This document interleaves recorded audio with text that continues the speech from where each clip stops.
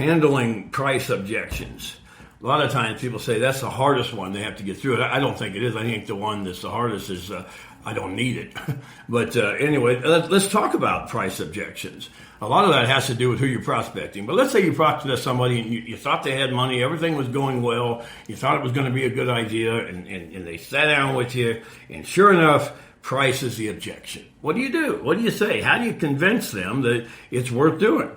Well, first and foremost, you're going to make sure you go back and strategically go backwards in what you did to begin with to show them the points that you had solved for them because they had a pain point, right? So you go back and reiterate the pain point. Well, Bobby, you told me you had these issues. Well, let me ask you this: what is there a number that you feel comfortable with that you could do that just so this wouldn't be too expensive? You know there's a problem. We've discussed that. Now we got to solve the pricing situation, yes?